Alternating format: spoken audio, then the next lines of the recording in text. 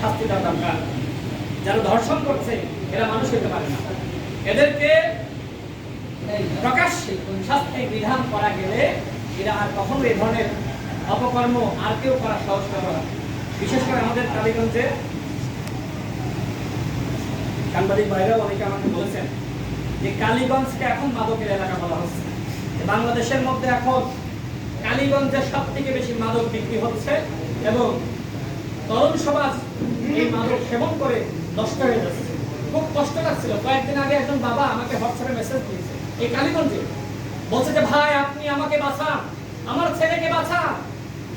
এলাকায় যেভাবে মাদক ছড়িয়ে পড়েছে আমার ছেলেও মাদক শক্ত হয়ে পড়েছে, তার কলেজ পড়ুয়া সন্তান আজকে মাদক শক্ত।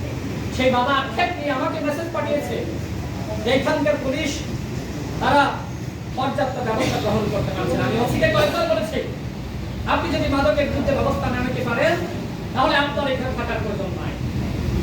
ওসি কতটুকু কাজ করছে আপনারাই বলবেন, আমার থেকে আপনারা ভালো জানেন।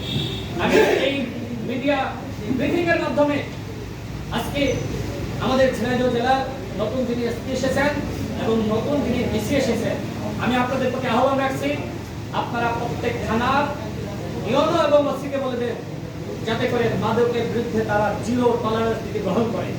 এখন প্রশাসনের একটাই কাজ মাদকের বিরুদ্ধে জোয়ার বিরুদ্ধে অবস্থান নেওয়া এবং প্রত্যেকটা মনে মনে টহল বসানো, যেখানে যেখানে মাদক বিক্রি হয় সেই সকল সন্দেহভাজন জায়গা তল্লাশি বাড়ানো। এবং শুধুমাত্র প্রশাসনের মাধ্যমে সবকিছু হয়ে যাবে না, যারা রাজনীতি করেন তাদের কিন্তু অনেক সাথে অন্যায় করা যাবে না, চাঁদাবাজি করা যাবে না। আমাদের দলের কেউ যদি এর সাথে সম্পৃক্ত থাকে সাংবাদিক ভাইরা তার সম্পর্কে আপনারা নিউজ প্রচার করবেন। কেউ যদি আপনাদের ভয় দেখায় আমাকে জানাবেন। বিএনপি চাঁদাবাজির সাথে সম্পৃক্ত যদি কেউ থাকে তার দায়িত্ব দায়ভার নিতে রাজি নয়।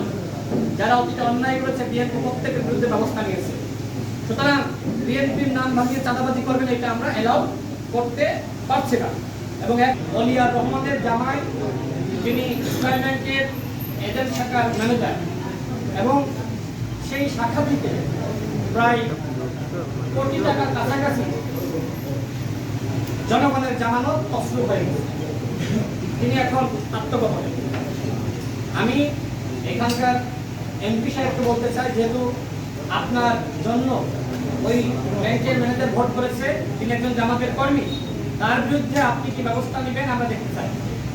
ধরনের বক্তব্য দিয়েছে জামাতের আমির থেকে শুরু করে জামাতের সেক্রেটারি জেনারেল, তারা বলেছে 3 মাসের সরকার, এখনই জনগণ ভুয়া ভুয়া স্লোগান দিচ্ছে। তখনই তাদের পরিকল্পনা ফাঁস হয়ে গেছে। মূলত জামাত এবং শিবিরের কর্মীদের মাধ্যমে পরিকল্পিতভাবে সরকারের বিরুদ্ধে এবং মন্ত্রীদের বিরুদ্ধে এই ধরনের ভুয়া ভুয়া স্লোগান দেওয়া হয়েছিল। জনগণ কিন্তু এই ঘটনার মাধ্যমে ইতিমধ্যে জামাতের যে চক্রান্ত সেই চক্রান্ত বুঝে ফেলিয়েছে।